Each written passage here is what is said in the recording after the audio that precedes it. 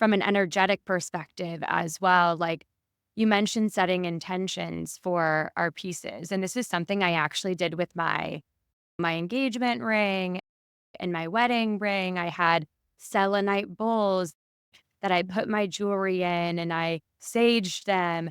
How can we keep our sacred adornments, like our jewelry and what we put on our body, like clear and charged, if there's any particular practices that you do? And then you mentioned intention setting, like any recommendations there as well? Yeah, beautiful. So, what I love to do when I'm cleansing and charging jewelry, the two things can go hand in hand. But I think that all of us really just want to be seen for who we truly are.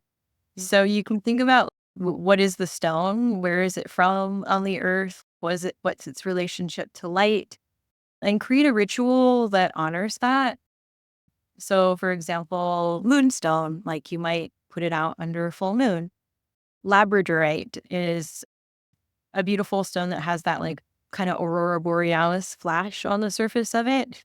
So in the Taoist text, it says to cleanse and charge it. You can actually take a crystal prism and cast a rainbow onto it to charge it up. You can get really fine tuned with that. Amber is pine resin. So I'll actually take pine needles from the tree behind my house and just make a little bed for it and let the amber rest in the pine needles. So that's a way to be really creative, but we also live on Earth and all of these stones are coming out of the earth. So you can always put your jewelry even just in the soil of a healthy houseplant overnight and just ask the soil to neutralize the energy and absorb anything that is ready to be released from the piece, like giving the piece back to the mother for the night. If you have a backyard, you can do that outside as well. But there's a lot of different room to play within that.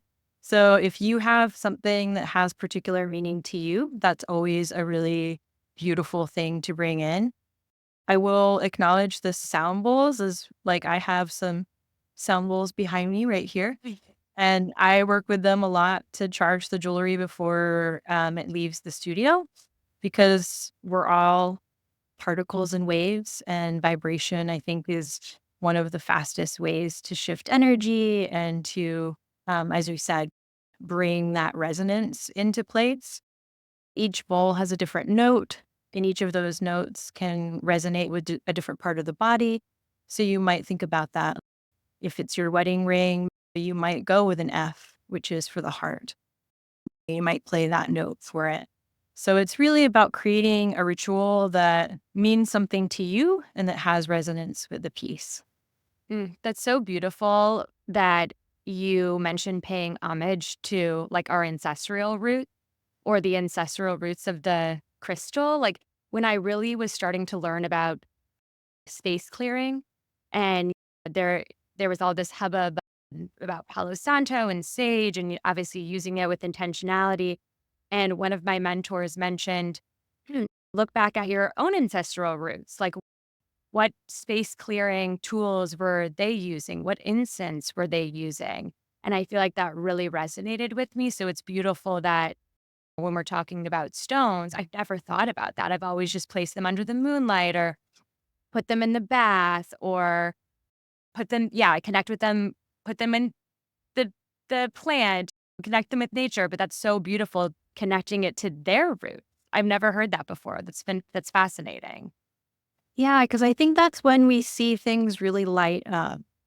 Like talking again about that relationship, I think that's really the piece that is so important here is activating a living relationship. And that's with everything, right? It's if you have a friend, the more you nurture that relationship, the deeper and more intimate that bond will become. And so when we're working with stones on that level as well, it's, yeah, how can we really bring this relationship to life? So I think it's a really fun place to be. And it is so beautiful to acknowledge what's present already. I think that's something in our modern society that we often do like to look outside of ourselves or we want to yeah, just be told like, oh, well, this is the best way to do something and follow that. But like you said, it's about connecting with our roots and with the land that we're on.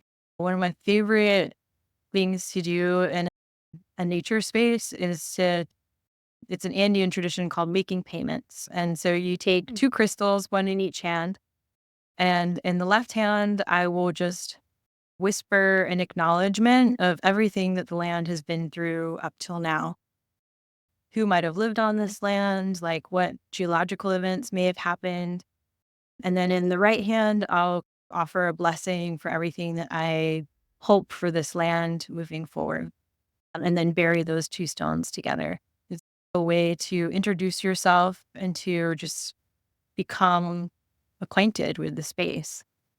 Oh, that's so gorgeous. I used to plant crystals wherever I went since I was a former travel journalist. That's like how I was like just giving back consistently. And also, I feel like my energy was a little overloaded with crystals at that time. I had so many in my home. So I was like, how can I get rid of these? But that's such a ritual. And I feel like every single thing that you do, I feel like is imbued with that sacred energy. And you even mentioned it in the very beginning, like the act of creation is this like act of devotion. It's this devotional practice. And all of your designs you mentioned to me when you first met are really channeled. They're channeled from a higher place. They're guided by spirit. So what does that process look like for you?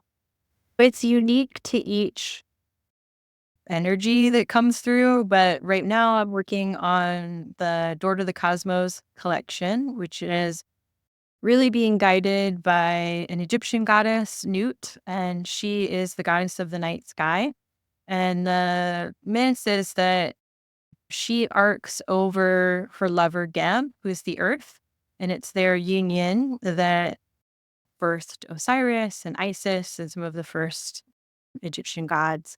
And that in Newt's body, basically, the sun passes through her body overnight and she gives birth to it at dawn every morning. And same thing with the stars, right? So the stars are in her body during daytime and then she gives birth to them at dusk. So it's this beautiful energetic. I think that for me, like when I think about the cosmos and the stars and this massive universe that we're in, the fact that it's still held in the body of the mother, like this great mystery is still held in the body of the mother is so beautiful and so nurturing, like such a beautiful, yeah, just energy to feel to be present. And so while I'm working on this collection, the way that I'm holding that as a devotional practice is that I set up an altar to Newt. I framed a papyrus that I had brought home from Egypt that has her painted on it and put that in the altar. And that's where at night I'm offering my rosary prayer practice and offering sound and anything that wants to come through. And then I'll meditate and just really listen and see what pieces are are showing up within that. And then while I'm working on the pieces actively in the studio, I create the environment so that I'm in that energy field. Nerdy with this collection, I'm listening to A Brief History of Time and like old Egyptian cosmology books on audiobook and just creating the energy field in here is unique to each collection.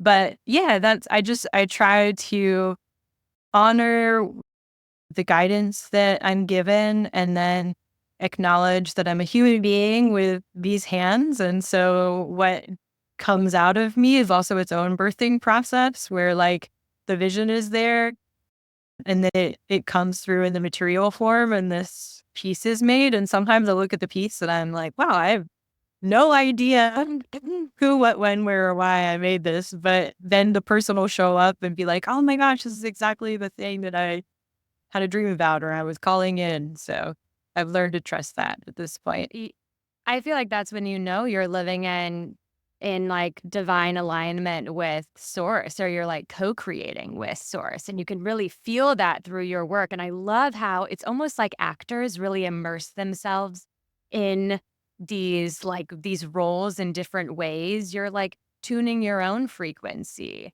So the jewelry can really be on that wavelength as well. It's beautiful. Yeah, I get fully processed by every collection, but it's also things I'm interested in. I think that Right. I am very curious and I read a lot and I love to be in myth and storytelling and esoteric art. So it's fun to steep in it. Yeah, absolutely.